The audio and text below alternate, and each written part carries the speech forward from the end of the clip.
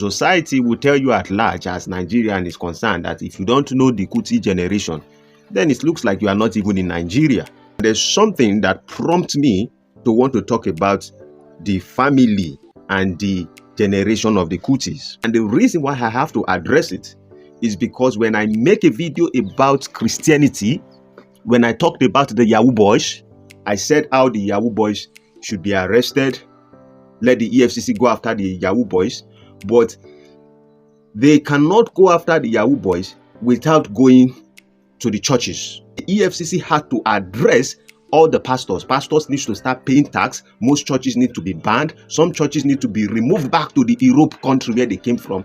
But the ones that the British brought, Catholic and the rest, should be returned back, if possible. And I started receiving all kinds of messages. Some people believe that I don't believe in Christianity. I don't believe in God. I'm talking about culture and tradition. Then I decide that for me to address this issue on a bigger scale, I have to bring in the Kuti family to address this matter because it's very important to the subject. Most Christians in Nigeria today are missing children. I wrote to somebody on my page. I tell the person that when a child is missing, it does not matter who the child found. If you like, find a king. If you like, find anybody, the richest person in this world that loves you and will take care of you. You are still a lost child. According to book Deuteronomy, if you add Exodus, if you read it carefully, despite the fact that Moses was seen in water and was brought to the palace and was living with Pharaoh, they still know he's a missing child. They did not say he became the prince. Even if he walked by the prince of Pharaoh, it doesn't make him a prince. And when he misbehaved, they went after him. Some of you would say that I have found Jesus. I was lost, but now I'm found. You don't know about your culture. You don't know about your tradition. You don't know about where you came from. You think that where you came from was evil. You think where you came from is barbaric. You think where you came from is nothing to write home about because you have been brainwashed. And then you found Christianity and you think you have found salvation. You haven't found anything. You're still a lost sheep. If it is the same God you believe in that brought those Europeans to come and enslave your forefathers, your ancestors, then you should have been thinking carefully to know that how would you force a religion on us and you start enslaving our people? Some of you have the ideology that it was somebody like Femi Lazarus who said that Africans used to sell our people. No, it wasn't Africans that used to sell our people. We use our people. If person they owe you money, our people will work to pay back the debt. We don't used to sell. It was the Europeans that started coming and they indoctrinate our people to start selling our people. Before to get a slave, if you want to have a slave that you have to chain, it must be those ones who have gone to war to fight. It is. Josiah Jesse was born around the 1800. Let me just put it that way. 1800, and which is I think 1825 or 1823 and all of that. During those times, the British were already here. They have started pushing the religion of Christianity to people. And if those of you who are aware of the Igbo land, there's a reason why most Igbos have to accept Christianity, because at some point they see that whenever the Europeans and the British are attacking them, the places where there are churches, they don't choose to fight the people that are around that environment. Who has accepted Christianity then? They fight the ones who have not accepted Christianity. So it was a force that if you don't accept Christianity, you will be killed. They call them missionaries. When people hear the word missionary, people don't understand. People that were on a mission. They are not saviors. And missionary, let me make it clear. Some of you think that it is in the 1700 and the 1800 that the European and British just came. This has happened in the 1500s. The Portuguese themselves were the first people who tried to force in the religion, and they tried to come to invade our people, to colonize our people, but they were not successful. They had to go back. And then in the 1800s, that's when the British and the Europeans came in. And our people were easy to be divided because now these ones have already gathered some information. They already knew some things about us. They knew how to divide our people. Now, back to the word of the Jesse, the ransom Kutis them. When his father gave birth to him, or his mother gave birth to him, he was around 4 years old.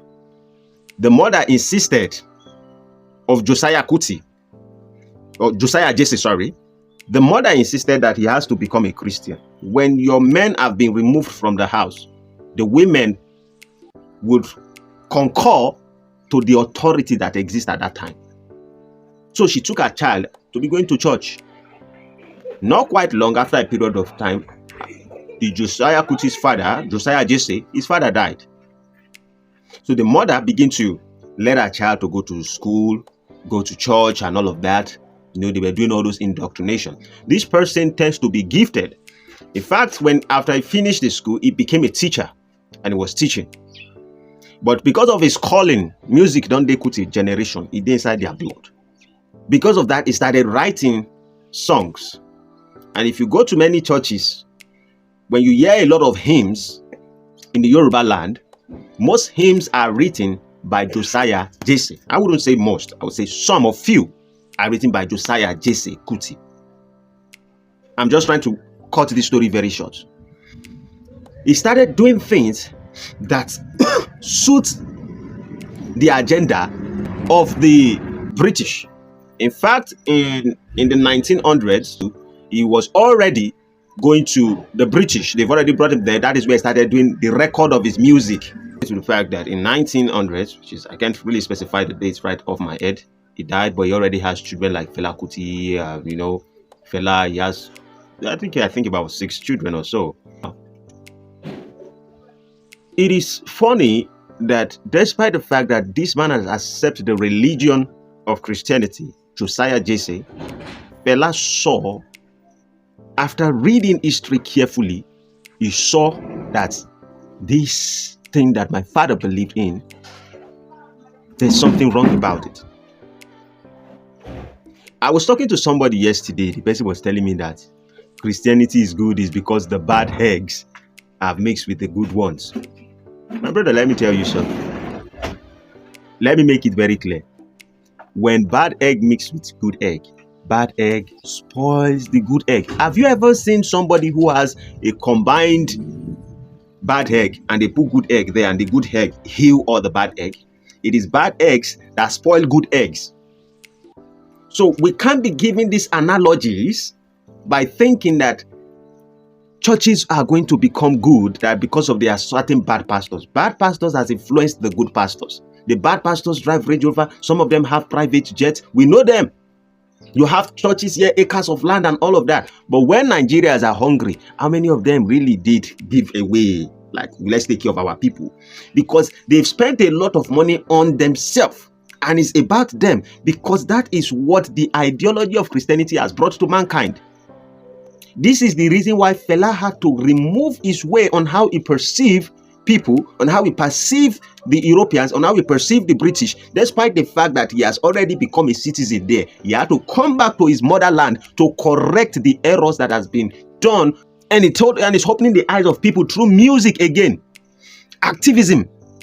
His father was doing activism for Christianity to his people. He started doing activism to free the eyes of his people, like you guys have been blinded.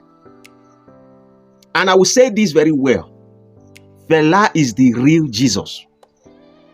Not to bring down Josiah Jesse, Ransom Kuti, but Fela is the real Jesus because he was the one who saw the error and said, I have to bring it back to the originality, to the natural way of the creation of God to my people. I have to redeem. That is why when they flog him here, they do this to him, they do that to him, they do everything to him. He remains and he stands fit and he makes sure he keep pushing the agenda to speak the truth and to speak about colonialism so the people can have the message and they can get free.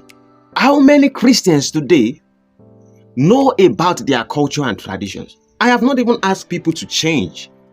I'm not asking us to go back. Some of you think that our fathers used to worship the devil. Your fathers don't used to worship the devil. Some of them do. The same way it happens in all other countries. And when I speak about the word Orunmila, some of you don't understand the word of Orunmila. Some of you only believe in the name of Jesus because that is what has been repeated over and over to you. A music where you not like, if you hear and too much, you go sing the song. I have asked a lot of Christians that what you need to do as a people is to go read history, is to go study. There's a difference between you reading a book and studying a book.